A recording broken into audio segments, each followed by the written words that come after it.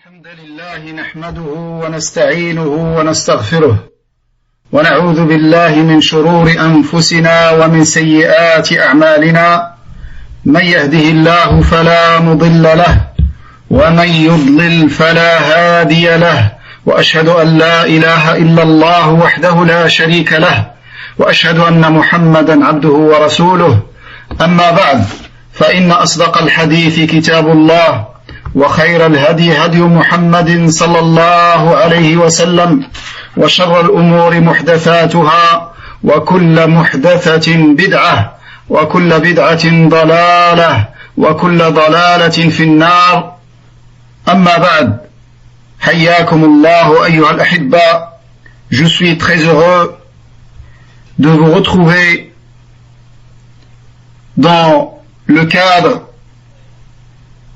de ce séminaire qui est organisé par nos frères du centre Al-Furqan à Bruxelles. Je demande à Allah subhanahu wa ta'ala de les récompenser pour leurs efforts dans le cadre de la da'wa et la propagation du bien. Donc ce séminaire qui a été intitulé « Préparer le mois de Ramadan ».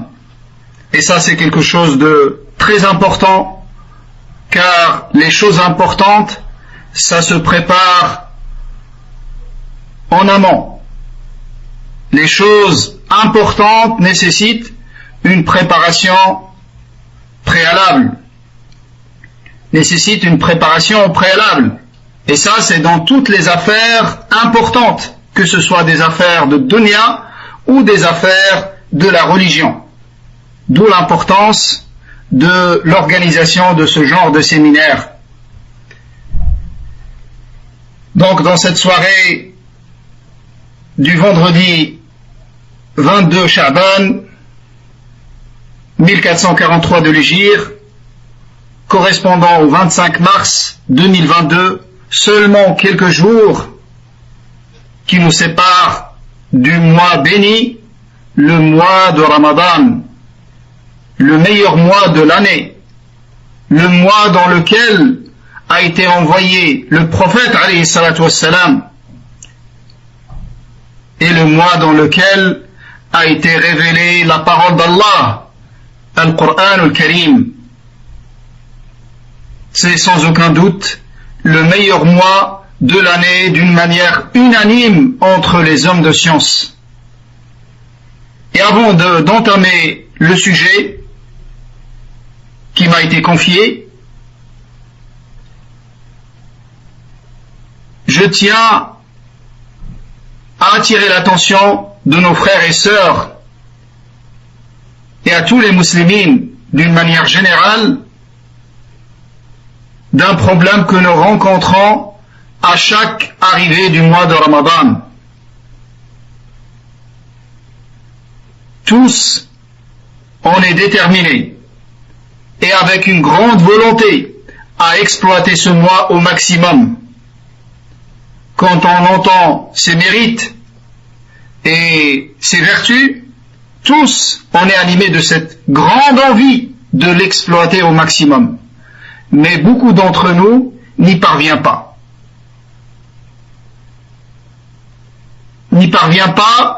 Ne serait-ce que comme ils souhaiteraient l'exploiter. Ils sont touchés par des faiblesses, par une paresse, par des négligences. Et chaque Ramadan à venir, c'est toujours le même problème. Et la raison de cet handicap par lequel on peut être touché dans ce mois, malgré qu'on a cette envie, c'est qu'on ne le prépare pas. C'est pas quand Ramadan y commence que tu vas commencer à lire 5 juz par jour, ou 10 juz par jour, ou la moitié de Coran, ou ce que tu lis, ce que tu entends parmi ce qui est rapporté de Salaf. Ramadan, comme chaque chose importante, ça se prépare. C'est pour ça que tu vas trouver que celui qui lit dans l'année un juz, pendant le mois de Ramadan, il va arriver à lire 2, 3, 4, 5. Et celui qui lisait habituellement 2 juz, tu vas trouver qu'il va pouvoir lire jusqu'à 10, un peu plus, un peu moins. Mais c'est pas possible que quelqu'un qui vient et qui n'a pas touché le Coran toute l'année et il veut finir le Coran en quelques jours pendant le mois de Ramadan. Ces objectifs-là, ça se prépare. Et le serviteur, il ne doit pas être touché par un désespoir quand il voit qu'il n'arrive pas à atteindre son objectif. Et chaque année, car il y a cette lacune. Il y a cette lacune durant l'année à laquelle il faut y remédier afin qu'Allah te facilite davantage de bien pendant le mois béni de Ramadan. Voilà. Comme vous savez tous, l'islam, c'est la religion d'Allah subhanahu wa ta'ala. L'islam, c'est la religion de vérité. Et la seule religion acceptée par Allah subhanahu wa ta'ala après l'envoi de Muhammad sallallahu alayhi wa sallam, c'est la religion de l'islam avec laquelle il a été envoyé. Et son message a abrogé tous les messages précédents. Et l'islam est composé de croyances et d'actes et de paroles. Donc la foi englobe toutes ces choses-là. La foi englobe des croyances, des actes et des paroles.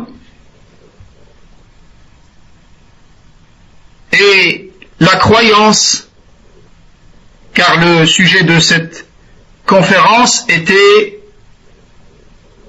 la croyance authentique à travers la prescription de Siyam, à travers la prescription du Siyam, Siyam, le jeûne.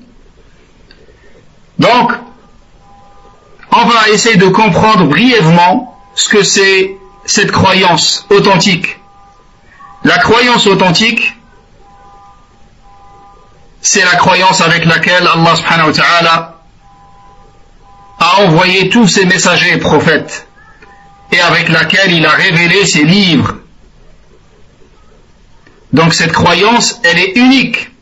Elle ne change pas avec le changement du temps ou du lieu. C'est une croyance fixe.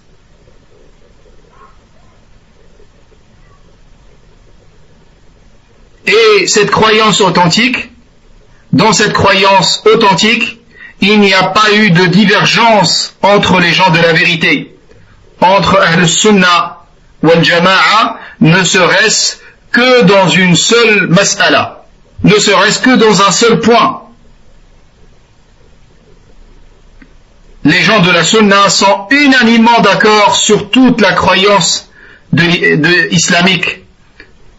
C'est ce qu'on appelle la croyance authentique, qui est conforme au livre d'Allah et à l'authentique de la Sunna de son noble prophète, avec la compréhension des pieux prédécesseurs.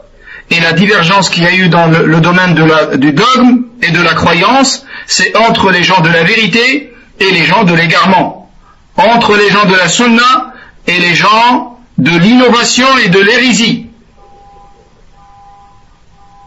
Ça, c'est un point extrêmement important, c'est qu'il n'y a pas eu de divergence dans l'aqida. Et tout ce qu'ils peuvent citer comme dalil, comme argument sur cette divergence, en réalité, ce n'est pas des divergences sur le point de l'aqida lui-même, mais sur un point qui est dépendant de l'aqida. Mais dans l'aqida, dans la croyance, dans le dogme, il n'y a pas de divergence. Si vous prenez l'exemple de la vision d'Allah subhanahu wa ta'ala, Ahl-Sunnah wal Jama'a sont unanimement d'accord pour dire que les croyants verront leur Seigneur dans le paradis. Les croyants verront leur Seigneur dans l'au-delà. Et ils peuvent diverger sur des points qui sont dépendants, qui sont basés sur cette aqida. Sur l'aqida, il n'y a pas de divergence entre Ahl-Sunnah wal Jama'a. Si ceux qui renient la vision d'Allah subhanahu wa ta'ala ou qui falsifient son sens, c'est des égarés. Ahl-Sunnah wal Jama'a croit qu'on verra Allah réellement, comme il convient à sa grandeur et sa majesté, avec ce qu'il nous permettra dans l'au-delà. Après, ils peuvent diverger sur des points qui sont dépendants de cette base, comme est-ce que le prophète alayhi salatu wassalam a vu Allah dans la nuit de l'ascension ou pas. Et même dans ces points-là, dans beaucoup d'entre eux, vous allez trouver qu'il n'y a pas de divergence. Chez al-muhaqqiqin, parmi les hommes de science, comme cet exemple-là. Et la réalité, c'est que les compagnons n'ont pas divergé. Ils ont tous le même avis, c'est que le prophète ﷺ n'a pas vu Allah avec ses yeux. Mais c'est une vision scientifique, une vision avec le cœur, une vision de ses attributs sublimes, et non pas une vision avec les yeux. Mais peu importe, même si on admet qu'il y a une divergence dans ce genre de points, c'est pas une divergence dans l'aqida, car tous ils sont d'accord qu'on verra Allah subhanahu wa ta'ala. Donc c'est ça l'aqida authentique. Comme Allah subhanahu wa ta'ala a dit dans son noble livre, Al-Qur'an al-Karim, il a dit: Shara'a lakum min ad-din ma wassa bihi Nuhan والذي أوحينا إليك وما وصينا به إبراهيم وموسى وعيسى أن أقيموا الدين ولا تتفرقوا فيه. Dans le sens approximatif, il a prescrit pour vous dans la religion ce qu'il a prescrit à Nuh et ce que nous t'avons révélé et ce que nous avons prescrit aussi à Ibrahim et Moussa et Isa. Établissez la religion et n'en faites pas un sujet de division. Donc cette aqidah, c'est la même qui a été révélée à tous les prophètes, comme Allah subhanahu wa ta'ala nous le dit dans ce verset. L'aqidah, dans son sens linguistique, elle est tirée de l'aqd. De l'aqd, c'est le fait de faire un nœud, de nouer une chose, de la serrer fortement, de la fortifier. C'est tiré de l'assurance. Quelque chose qui est compact, la compacité d'une chose et le raffermissement. Donc tout ça, c'est des sens dans al-aqd. Et l'inverse de l'aqd, c'est al-hal. Défaire une chose, dénouer, desserrer. Donc l'aqd, linguistiquement, c'est ça. C'est pour ça nous disons al-iqd. On appelle un collier un iqd, parce qu'il y a un lien qui relie toutes ces parties. Et nous appelons le contrat de vente, le contrat de mariage, aqd, aqdul bay' et aqdul nikah. Car il y a ces sens-là dans ce contrat. Un engagement, un nœud entre l'époux et l'épouse, entre l'acheteur et le vendeur, et ainsi de suite.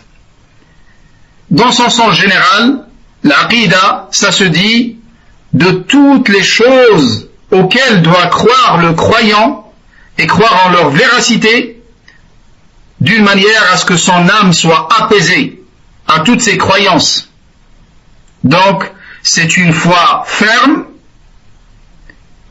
qui n'est pas mêlée à quelconque doute. Donc là, l'aqida dans son sens général, ça se dit de la foi ferme, la foi dans laquelle il n'y a aucune forme de doute. Et quand on parle de l'aqida al-islamiyya, le dogme islamique, nous parlons de la foi en Allah, la foi ferme en Allah subhanahu wa ta'ala, et la foi en tout ce que implique la foi en son unicité, que ce soit son unicité dans la divinité ou l'adoration, son unicité dans la souveraineté, son unicité dans ses noms et ses attributs, et aussi avoir la foi ferme en tout ce qui en découle de cette foi-là, la foi en Allah subhanahu wa ta'ala, notamment la foi aux anges, aux livres qui ont été révélés à tous les prophètes et messagers, et aussi la foi en tous les prophètes et messagers d'Allah subhanahu wa ta'ala, et la foi au jour dernier, et également la foi au destin d'Allah, sa prédestinée. Le destin bon ou mauvais. Bon et mauvais, afwan. Bon et mauvais. Yani, quand on dit bon et mauvais, c'est pas une description de l'acte d'Allah. C'est une description de ce qui est prédestiné. Car, comme vous savez, le bien, le mal, afwan, ne se trouve pas dans les actes d'Allah subhanahu wa ta'ala. Tout ce que Allah fait est un bien.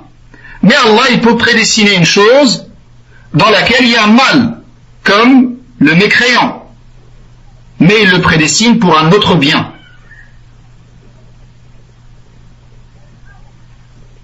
Et ça, ces sens-là sont détaillés quand on a parlé des piliers de la foi précédemment. Ici, il s'agit de donner des indications. Donc ça, c'est le 6e pilier de la foi. Et aussi avoir la foi en tous les versets du livre d'Allah et en tous les hadiths de notre prophète alayhi salatu wassalam authentiques, dans lesquels sont abordés des fondements de la religion ou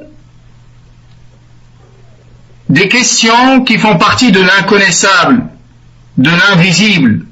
Donc ça, c'est la foi, c'est la croyance islamique. L'importance de cette croyance, elle est sans aucun doute connue pour vous tous. C'est la croyance avec laquelle Allah subhanahu wa ta'ala a envoyé tous ses prophètes et messagers. Et pour cette croyance, Allah subhanahu wa ta'ala a créé les djinns et les hommes. Donc c'est l'objectif premier de la création des djinns et des hommes.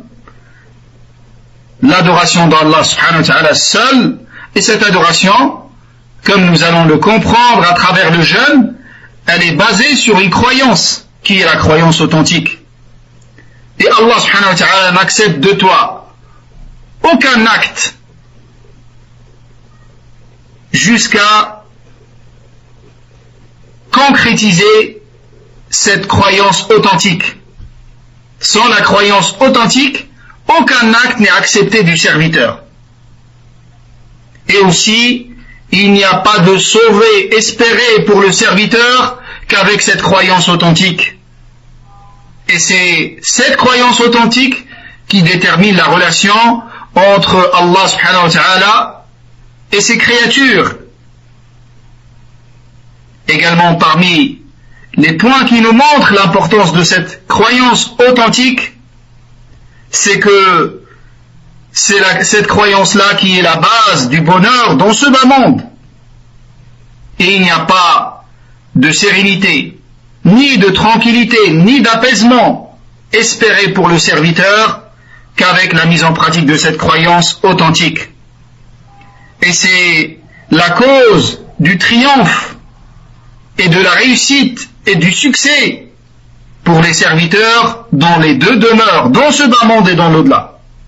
Également, cette croyance authentique représente une protection pour le musulman, pour celui qui est soumis à Allah et qui adhère à cette croyance authentique. Ça représente une protection pour lui de toutes les idéologies déviantes et de toutes les croyances égarées qui peuvent être propagées dans son environnement. D'où son importance.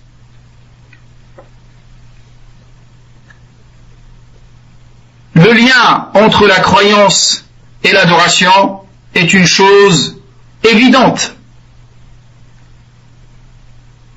Car il n'y a pas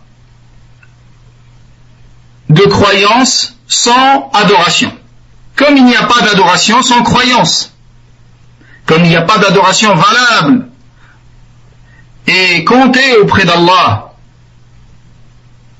sans la croyance. Et la liaison qu'il y a entre l'adoration et la croyance, c'est comme la liaison entre l'âme et le corps. Il n'y a pas de corps sans âme, comme il n'y a pas d'âme sans corps. Le corps sans l'âme, ça devient un cadavre inerte.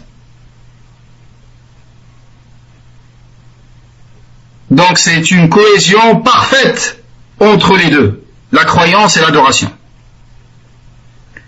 Et celui qui médite les textes,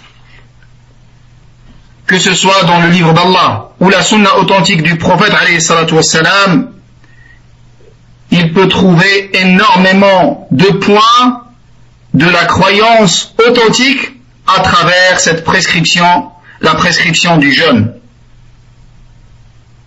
Ici, il n'est pas question de citer tous ces points-là, car c'est pas possible de parler d'une adoration sans parler de l'aqida. Comme il n'est pas possible de parler de l'aqida sans parler des adorations.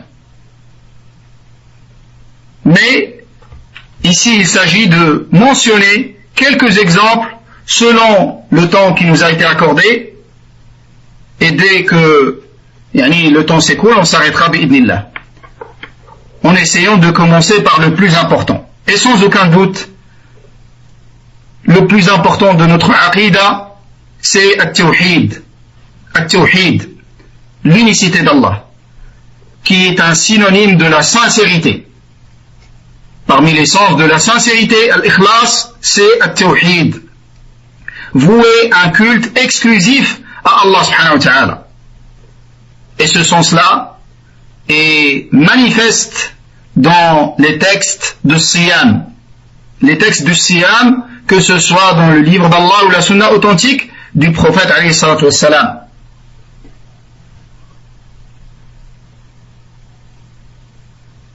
Et le Siyam est une adoration qui permet au serviteur d'augmenter sa sincérité. D'augmenter sa sincérité, car le jeûne est un acte caché entre le serviteur et son Seigneur. C'est pour cela, c'est une éducation du croyant à adorer Allah seul, même si on craint personne et même si on n'espère rien de personne. L'adorer pour l'adorer. Et la prescription du jeûne, ça permet de nourrir ce sens-là chez le croyant, car il peut très bien faire semblant de jeûner, et quand il est seul, il peut très bien manger et personne ne le voit. Mais qu'est-ce qui pousse le croyant à s'abstenir de toutes les choses qui sont interdites pendant la durée du jeûne, du lever de l'aube jusqu'au coucher du soleil? Qu'est-ce qui le pousse à s'abstenir de toutes ces choses-là, même quand il est seul? Ça, c'est la sincérité. Et c'est pour ce sens-là qu'il a été rapporté un hadith divin, hadith qudsi, dans lequel le prophète alayhi salam nous dit que Allah subhanahu wa ta'ala a dit kullu amal ibn adam lah. Dans une riwaya, yudha'ifu al-hasanata bi'ashri amthaliha ila 700 ضعف. Tous les actes du fils de Adam sont comptés pour lui. C'est-à-dire leur récompense est déterminée. Comme cela est expliqué dans l'autre version, Allah lui multiplie la récompense, il lui multiplie la récompense par 10 jusqu'à 700 dans tous ses actes, excepté le jeûne. Illa siyam, fa innahu li wa ana ajzi bih. Excepté le jeûne, c'est Allah subhanahu wa ta'ala qui se charge de sa rétribution. C'est Allah subhanahu wa ta'ala qui se charge de sa rétribution, et cela veut dire, comme les savants l'ont expliqué, la signification de ce hadith, comme l'a dit Al-Hafidh ibn Hajar dans le Fath, et la plupart des savants disent le même sens, c'est que la signification de cela, c'est que la récompense du jeûne est immense et elle n'est pas déterminée comme les récompenses des autres adorations, où les anges y connaissent ce que Allah subhanahu wa ta'ala leur a enseigné par rapport à leur récompense. Le jeûne, c'est Allah qui rétribue le jeûneur lui-même. Et ça te montre l'immensité de la récompense du jeûne. Ensuite, Nabi alayhi salam a dit وَالصِّيَامُ جُنَّةٌ. Le jeûne est une protection. Et il a expliqué وَإِذَا كَانَ يَوْمُ صَوْمِ أَحَدِكُمْ فَلَا يَرْفُثْ وَلَا يَصْخَبْ فَإِنْ سَابَّهُ أَحَدٌ أَوْ قَاتَلَهُ فَلْيَقُلْ إِنِّي امْرُؤٌ صَائِمٌ وَالَّذِي نَفْسُ مُحَمَّدٍ بِيَدِهِ. Donc, le jeûne, c'est une protection pour le serviteur. Quand tu jeûnes, cela représente une protection pour toi contre les péchés et contre les mauvais comportements. Car le jeûne, c'est une éducation pour l'âme et pour le croyant, d'une manière générale. Tu t'habitues à t'abstenir par obéissance à Allah de choses qu'il t'a autorisées en dehors de Ramadan. Tu t'habitues, même si on t'insulte, même si on cherche à te combattre, tu vas te retenir et tu vas patienter et tu vas dire je suis un homme en état de jeûne. Et tu ne vas pas tomber dans la même chose que ton adversaire. Ensuite, Nabi alayhi salam a juré par celui qui tient son âme dans sa main. Il a juré par Allah subhanahu wa ta'ala pour te montrer, car ce qui va suivre, c'est quelque chose qui peut étonner. C'est pas quelque chose qui est habituel chez nous, mais c'est une vérité. وَالَّذِي نَفْسُ مُحَمَّدٍ بِيَدِهِ لَخُلُوفُ فَمِ الصَّائِمِ أَطْيَبُ عِنْدَ اللَّهِ مِنْ رِيحِ الْمِسْكِ. Allahu Akbar. Cette odeur qui sort de la bouche du jeûneur, et plus le jour avance, plus la période du jeûne augmente, plus tu te rapproches du coucher du soleil, plus cette odeur devient forte. Cette odeur pour nous qui est une mauvaise odeur, cette odeur pour Allah subhanahu wa ta'ala est meilleure que l'odeur du misk. Allahu Akbar. Ensuite, Nabi alayhi salam a dit لِلصَّائِمِ فَرْحَتَانِ يَفْرَحُهُمَا إِذَا أَفْطَرَ فَرِحَ وَإِذَا لَقِيَ رَبَّهُ فَرِحَ بِصَوْمِهِ. Rawahu al-Bukhari wa Muslim. Donc ça a été rapporté par le Bukhari et Muslim. Ensuite, Nabi alayhi salam a dit le jeûneur a deux joies. Deux joies. La première, c'est quand il rampe son jeûne, il se réjouit pour avoir terminé son jeûne et pour ne pas avoir tombé dans quelque chose qui annule le jeûne ou qui diminue sa récompense. Il se réjouit pour cela. Et aussi, la deuxième joie, c'est quand il rencontre son Seigneur. Tellement il trouve la récompense immense d'Allah subhanahu wa ta'ala pour ce jeûne, il se réjouit à ce moment-là. Donc, At-Tawhid est manifeste dans le jeûne. La sincérité est évidente dans cette adoration qui est l'adoration du jeûne. Comme on l'a vu, car tu peux très bien montrer que tu jeûnes alors que tu jeûnes pas. Et manger en cachette. Mais qu'est-ce qui pousse le croyant à patienter et à supporter les difficultés du jeûne? C'est la satisfaction d'Allah subhanahu wa ta'ala, son espoir de la satisfaction et de l'agrément d'Allah subhanahu wa ta'ala par obéissance à Allah subhanahu wa ta'ala. Allahu Akbar. Aussi, à travers cette prescription de siyam, nous constatons le lien étroit entre siyam et dua. Entre siyam et dua. C'est pour ça, dans les versets de siyam dans Surat al-Baqarah, Allah subhanahu wa ta'ala, après ces versets-là, il a dit وَإِذَا سَأَلَكَ عِبَادِي عَنِّي فَإِنِّي قَرِيبٌ أُجِيبُ دَعْوَةَ الدَّاعِ إِذَا دَعَانِ quand mes serviteurs t'interrogent sur moi, dis-leur que je suis proche. Je réponds à l'appel de celui qui implore quand il m'implore. Je réponds à l'appel de celui qui m'invoque quand il m'invoque. Allahu Akbar. Allah subhanahu wa ta'ala est proche du jeûneur, est proche de celui qui l'invoque, est proche de celui qui l'adore. Et cette proximité, cette proximité d'Allah subhanahu wa ta'ala, c'est une proximité réelle, comme il correspond à la grandeur et la majesté d'Allah subhanahu wa ta'ala, comme tous les attributs d'Allah subhanahu wa ta'ala. C'est pour ça Allah azza wa jalla dit وَإِذَا سَأَلَكَ عِبَادِي عَنِّي فَإِنِّي قَرِيبٌ. Allah est proche de son serviteur qui lui obéit et qui jeûne pour lui, et il exauce ses invocations. Et ad-du'a, sa place dans l'islam est immense. C'est comme le Nabi alayhi wa sallam a dit, ad-du'a huwa al-ibada. L'invocation, c'est l'adoration. L'invocation, c'est l'adoration. C'est l'adoration la plus aimée par Allah subhanahu wa ta'ala. Car c'est du tawhid. Ad-du'a, c'est du tawhid.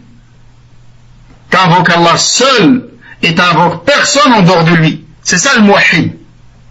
C'est celui quand il est dans la détresse, quand il est dans les difficultés, quand il est dans les épreuves, il ne s'adresse à personne qu'à Allah subhanahu wa ta'ala.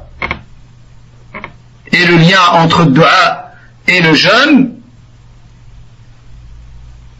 a été cité dans plusieurs textes. Le Nabi alayhi wa sallam a dit 3 personnes dont l'invocation est exaucée.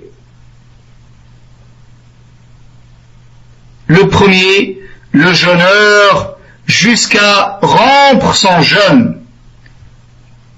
Le gouverneur juste et l'opprimé quand il invoque Allah. Ce hadith a été authentifié par l'Allama al-Albani rahimahullah. Donc le jeûneur,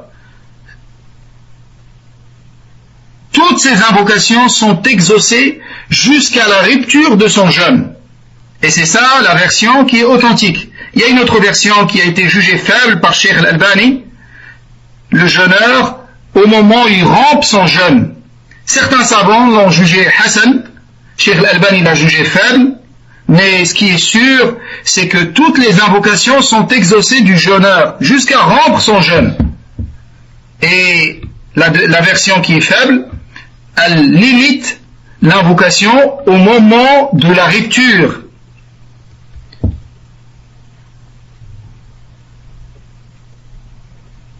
Et le jeûneur, cet exaucement, il peut être compris. Car le jeûneur est dans une obéissance dans laquelle il y a de la sincérité. Le jeûneur est proche d'Allah subhanahu wa ta'ala. Car le jeûne, ça donne plus d'humilité au serviteur. Et sa faiblesse aussi.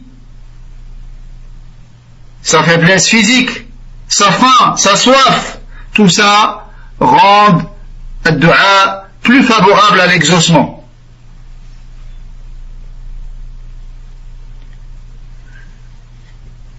Donc Allah subhanahu wa ta'ala est proche du jeûneur, et cette proximité, c'est une proximité de soutien et d'assistance et d'aide.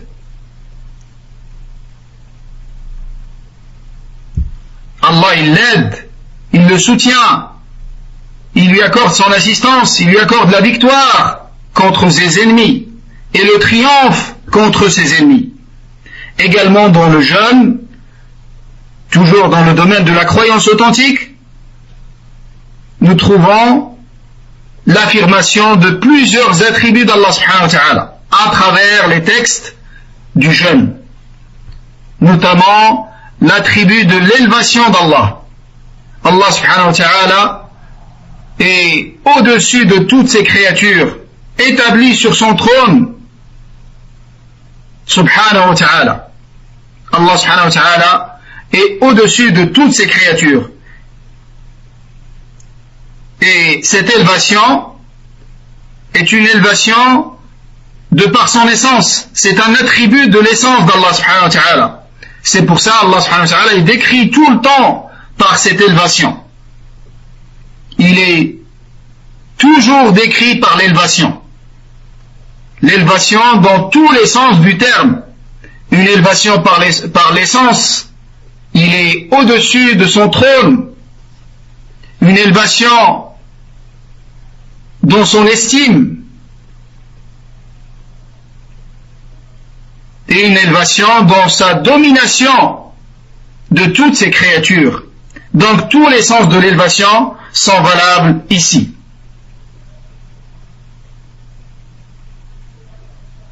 Et cela peut être tiré du verset dans lequel Allah subhanahu wa ta'ala a parlé de la prescription du jeûne, de cette législation de Siyam. Il a dit Shahru Ramadan alladhi unzila fihi al-Qur'an. C'est en ce mois, le mois de Ramadan, que fut révélé Al-Qur'an.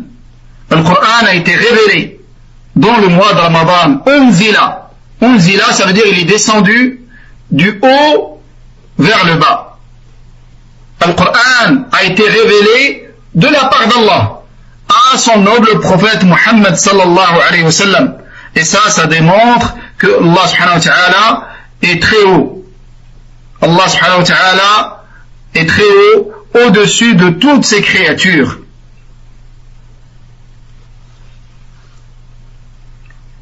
Également, l'attribut de l'afou. Comme le Nabi alayhi salatu wassalam a enseigné à notre mère Aïcha radiyallahu anha de dire, si jamais elle pense que c'est la nuit de Laylatul Qadr, la nuit de Qadr, de dire Allahumma innaka afoun tuhibbul afwa fa'fu anni. Oh Allah, t'es absoluteur, t'aimes le pardon, pardonne-moi mes péchés. Allah subhanahu wa ta'ala est l'absoluteur, le pardonneur. Et il nous a légiféré ce mois de Siyam pour nous montrer cet attribut. Entre autres, pour montrer à ses serviteurs son pardon et l'immensité de son pardon. Il leur pardonne leurs péchés et il absout leurs péchés. C'est pour ça qu'il est recommandé de multiplier les invocations pendant le mois de Ramadan et d'invoquer Allah plus et de multiplier toutes les adorations, notamment la demande de pardon. Comme le Nabi alayhi salam a enseigné à notre mère Aïcha radiyallahu anha, surtout dans les nuits où elle pense que ça peut être la nuit de l'Qadr. Également l'attribut de l'mahabba, l'amour. Allah aime et Allah est aimé. Allah aime et Allah subhanahu wa ta'ala est aimé. Donc Allah subhanahu wa ta'ala, il aime ce qu'il veut de ses créatures. Il déteste ce qu'il veut de ses créatures. Il aime des personnes, des hommes, des femmes. Il aime les pieux, les vertueux. Il aime des actes aussi. Et des paroles aimées par Allah, comme la parole La ilaha illallah. Des actes comme la prescription du jeûne. Comme le jeûne de Ramadan. Allah l'aime. Comme ça a été rapporté dans le hadith al-Qudsi. Allah subhanahu wa ta'ala dit et jamais mon serviteur ne s'est approché de moi avec quelque chose que j'aime plus que ce que je lui ai rendu obligatoire. Et Allah aime parmi les formes du jeûne le jeûne de Daoud alayhi salam, comme ça a été rapporté dans un hadith dans l'authentique de l'imam al-Bukhari. Le Nabi alayhi salam a dit أحب الصيام إلى الله صيام داود كان يصوم يوما ويفطر يوما. Le jeûne le plus aimé par Allah subhanahu wa ta'ala, le jeûne surrogatoire, le plus aimé par Allah subhanahu wa ta'ala, c'est le jeûne de Daoud alayhi salam. il jeûnait un jour et il rampait un jour. Et c'était tout le temps comme ça pour lui. Donc, le jeûne le plus aimé par Allah, c'est le jeûne obligatoire. Après le jeûne obligatoire, c'est le jeûne surrogatoire. Et le meilleur du jeûne surrogatoire et la forme la plus élevée du jeûne surrogatoire, c'est la forme du jeûne de Daoud alayhi salam. Donc, Allah aime le serviteur qui jeûne. Et Allah aime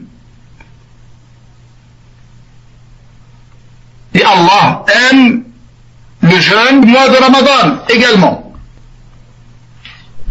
Et c'est une cause pour être aimé par Allah subhanahu wa ta'ala. Donc, l'affirmation de cet attribut, comme il convient à la grandeur et la majesté d'Allah subhanahu wa ta'ala. Allah aime réellement et Allah est aimé réellement.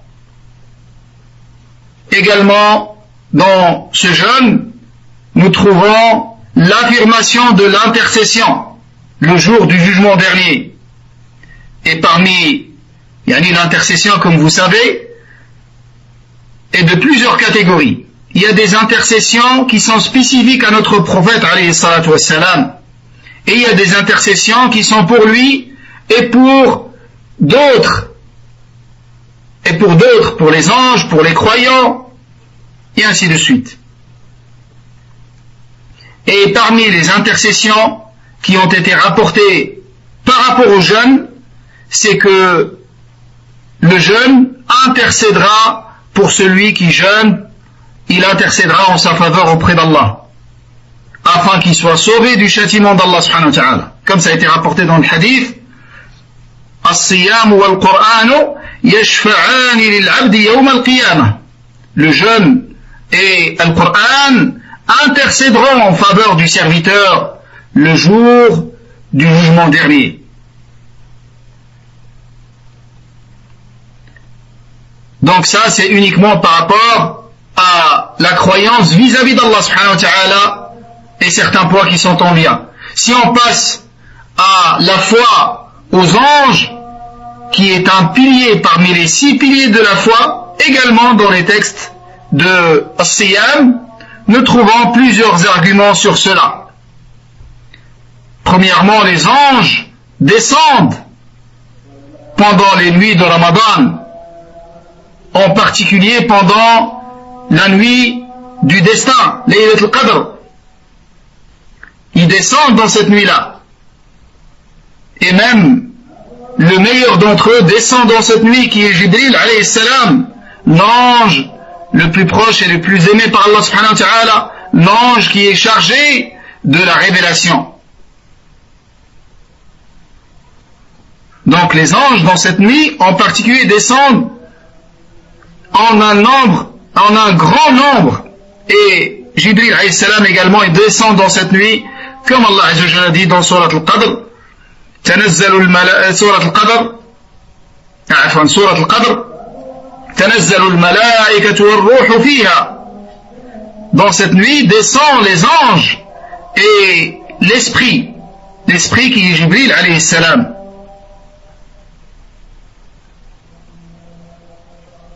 Et la foi aux anges est un pilier parmi les 6 piliers de la foi. On doit croire en leur existence et que ce sont des créatures qu'Allah a créées à partir de lumière, des créatures qui obéissent à Allah sans jamais lui désobéir. Et on doit croire en particulier en Jibril alayhi salam parmi ces anges, qui a été chargé de la mission de descendre avec le Coran sur le cœur du prophète alayhi salatu wassalam. Également la foi aux livres d'Allah, et que les livres d'Allah, comme on a vu, tous, y compris le Coran, tous ont été révélés. Et tous y comportent la parole d'Allah. Donc les livres d'Allah ne sont pas créés. Et le Coran est incréé. Le Coran, c'est la parole d'Allah, sa parole avec laquelle il a parlé réellement.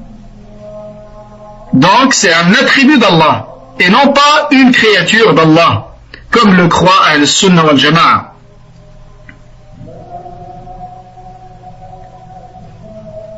Et ce mois de Ramadan est le mois dans lequel Allah subhanahu wa ta'ala a révélé le Coran. Le mois dans lequel il a révélé le Coran pour nous montrer, parmi les nombreuses sagesses, nous montrer le mérite du jeûne, et que Allah subhanahu wa ta'ala a spécifié le mois du jeûne par la révélation de sa parole. Shahr Ramadan alladhi unzila fihi al-Qur'an, le mois de Ramadan dans lequel fut révélé Al-Qur'an. Également la foi au messager, qui est un des 6 piliers de la foi. Car avoir la foi aux livres d'Allah qui ont été révélés à ses messagers, ses prophètes, implique d'avoir la foi en tous ces messagers et ces prophètes, alayhimus salatu wassalam. Donc Allah a révélé Al-Qur'an, il l'a révélé à Muhammad sallallahu alayhi wa sallam. Également, le 5e pilier de la foi, qui est la foi au jour dernier. Le jour dernier, c'est tout ce qui suit la mort. C'est pour ça, celui qui meurt, son jour dernier est arrivé. Celui qui meurt, son jour dernier est arrivé. C'est pour ça la définition du jour dernier, comme a dit Cheikh l'Islam dans le Wasatiyya, c'est tout ce qui suit la mort de l'un d'entre nous. Et la foi au jour dernier est un pilier de la foi. Et la législation du jeûne confirme cette foi au jour dernier. Comme dans le hadith qu'on a vu précédemment, le Nabi alayhi sallam a dit للصائم فرحتان فرحة عند فطره وفرحة عند لقاء ربه. Donc le croyant a 2 joies. Quand le jeûneur a 2 joies. Une joie au moment de la rupture de son jeûne, comme Allah l'a aidé, il lui a facilité le jeûne, il lui a permis de terminer cette journée de jeûne sans tomber dans des choses qu'Allah subhanahu wa ta'ala a interdit. Il a cette joie, il a cette réjouissance, et aussi une joie quand il rencontrera son Seigneur, c'est-à-dire le jour dernier. Également, à travers la prescription du jeûne, nous trouvons la notion de Al-Qada ou Al-Qadar. Al-Qada ou Al-Qadar qui est la foi au Qada et Qadar d'Allah subhanahu wa ta'ala, le décret d'Allah et la foi en sa prédestinée ou son destin. Ça c'est le 6e pilier de la foi et le dernier. Aussi cette notion, nous la trouvons dans la prescription du jeûne.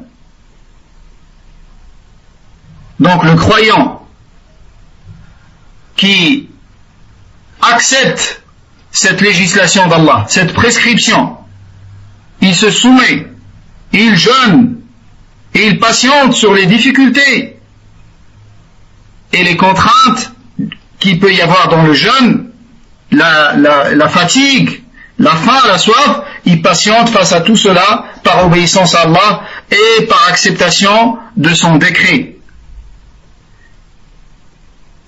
Et aussi parce que c'est dans ce mois que se trouve la nuit du destin. La nuit du destin. C'est-à-dire la nuit dans laquelle Allah subhanahu wa ta'ala révèle aux anges, il leur révèle tout ce qui va arriver dans l'année à venir. Il leur révèle tout ce qui va arriver dans l'année à venir, dans cette nuit.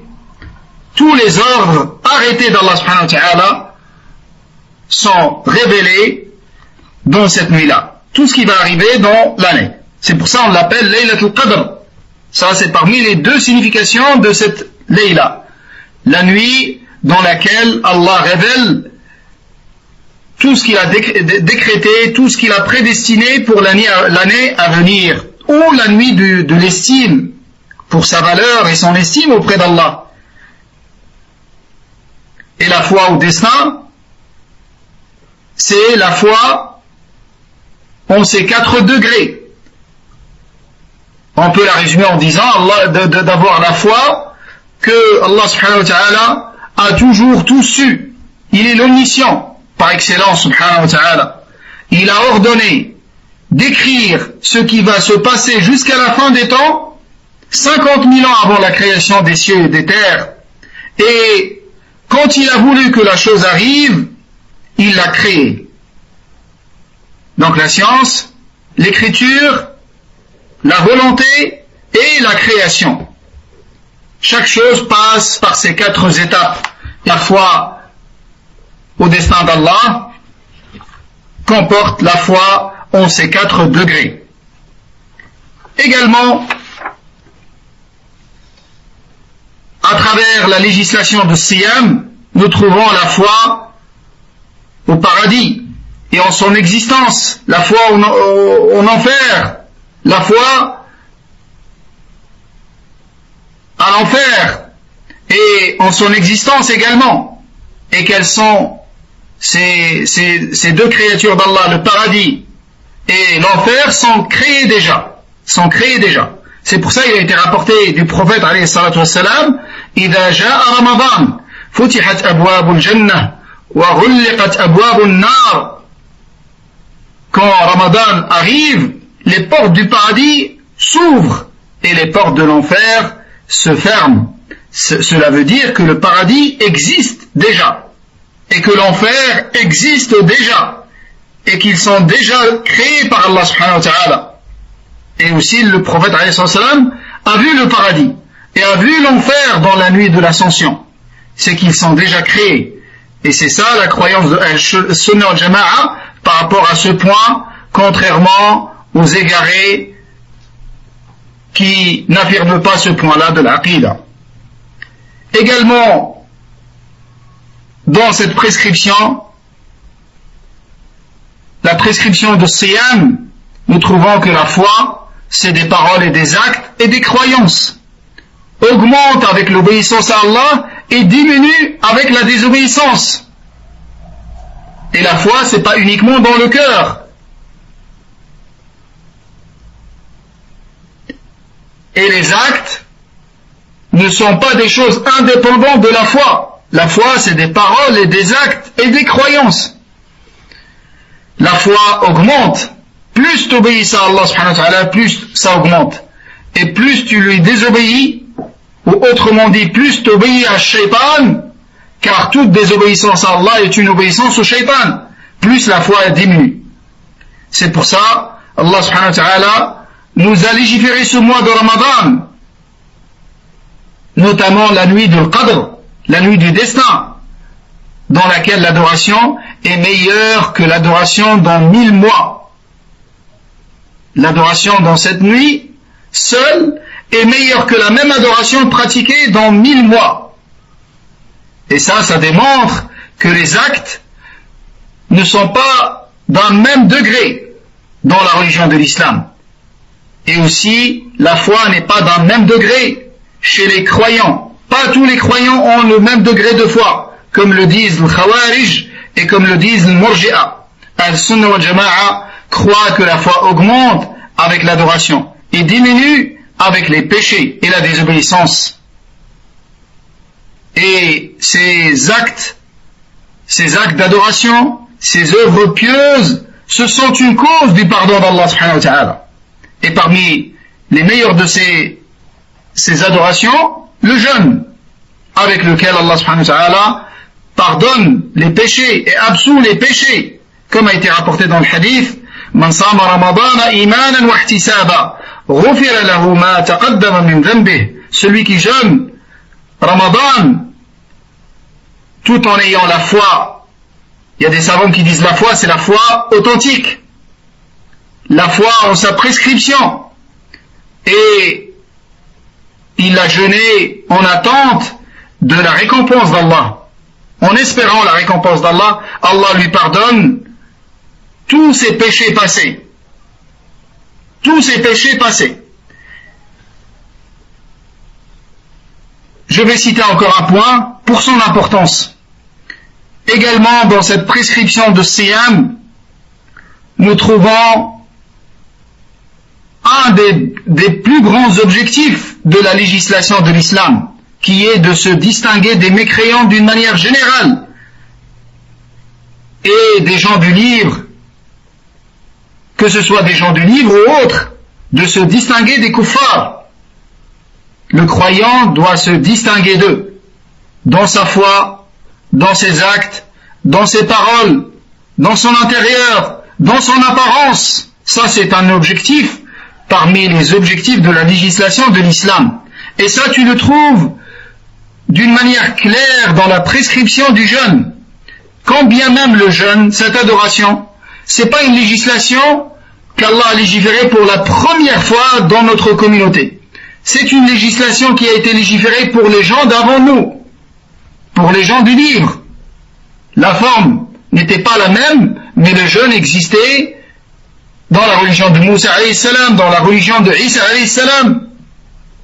Ça a été légiféré avant nous. Mais malgré cela, afin de nous distinguer des gens du livre, il nous a été légiféré en plus des choses qui nous permettent de nous distinguer d'eux. Le Nabi alayhi salam a dit: فَصْلُ مَا بَيْنَ صِيَامِنَا وَصِيَامِ أَهْلِ الْكِتَابِ أَكْلَةُ السَّحَرِ. Une distinction entre le jeûne, notre jeûne, le jeûne du musulman, et le jeûne des gens du livre, c'est le repas de Sahar. Sahar, c'est la dernière partie de la nuit, juste avant la levée du l'aube. Juste avant l'aube, ce repas qu'on appelle as-sahur. Et as-suhur, c'est l'acte de le manger. Donc, il nous a été ordonné de nous distinguer des gens du livre et de ne pas leur ressembler. C'est pour ça, ça a été légiféré pour nous, ce repas qu'on consomme juste avant le début du jeûne. Et plus tu le retardes, mieux c'est. C'est une sunna de le retarder au maximum. Et le Nabi alayhi salam a incité sa communauté à prendre ce repas et à ne pas le négliger. Il a montré que c'est un repas dans lequel il y a le baraka. Et il a dit: La yazalu an-nasu bi khayrin ma ajjalu al-fitra wa akharu as-suhur. Les gens ne cesseront d'être dans le bien tant qu'ils se hâtent à rompre le jeûne. C'est-à-dire, dès que le soleil se couche, tu rompes le jeûne. Si tu vois pas le soleil, dès que le mu'adhin il commence l'adhan, il dit Allahu Akbar, tu manges. T'attends pas qu'il termine.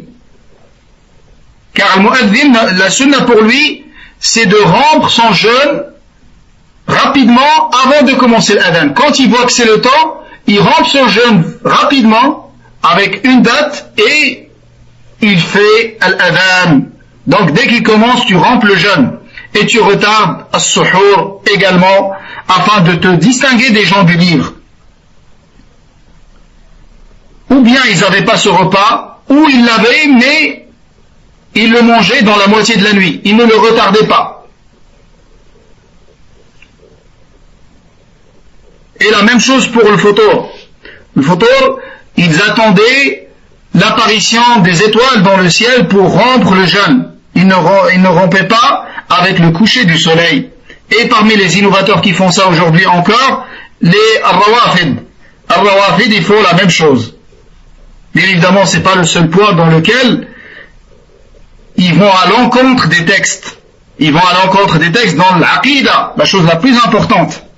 Et dans le tawhid. Et Ahl-Sunnah wal Jama'a, ils sont dans un juste milieu, entre deux extrêmes. Ils sont dans une guidée entre deux égarements. De la même manière que l'islam est un juste milieu entre tous les mécréants. Également, le jeûne, il permet de démontrer ce juste milieu chez les gens de Ahl-Sunnah wal Jama'a. Ni laxisme, ni exagération. C'est pour ça qu'il nous a été légiféré de jeûner une partie de la journée, et non pas une partie du jour, et non pas le jour et la nuit.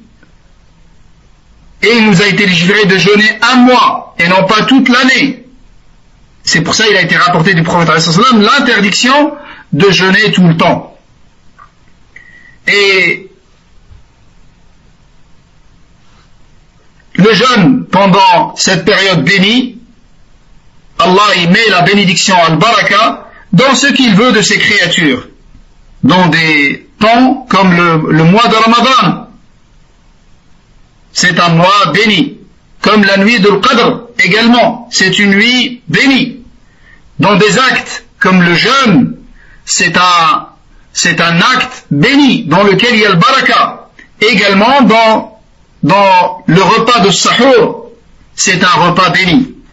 Voilà ce que Allah subhanahu wa ta'ala nous a permis pour cette soirée. Barakallahu fikum wa jazakumullahu khaira. سبحانك اللهم وبحمدك نشهد أن لا إله إلا أنت نستغفرك ونتوب إليك والله تعالى أعلى وأعلم والسلام عليكم ورحمة الله وبركاته.